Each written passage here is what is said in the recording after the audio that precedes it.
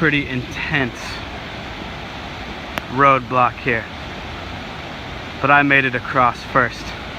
Let's see if there's hope for the great diocesan deacon Daniel Robert Waruszewski, the Reverend Mr.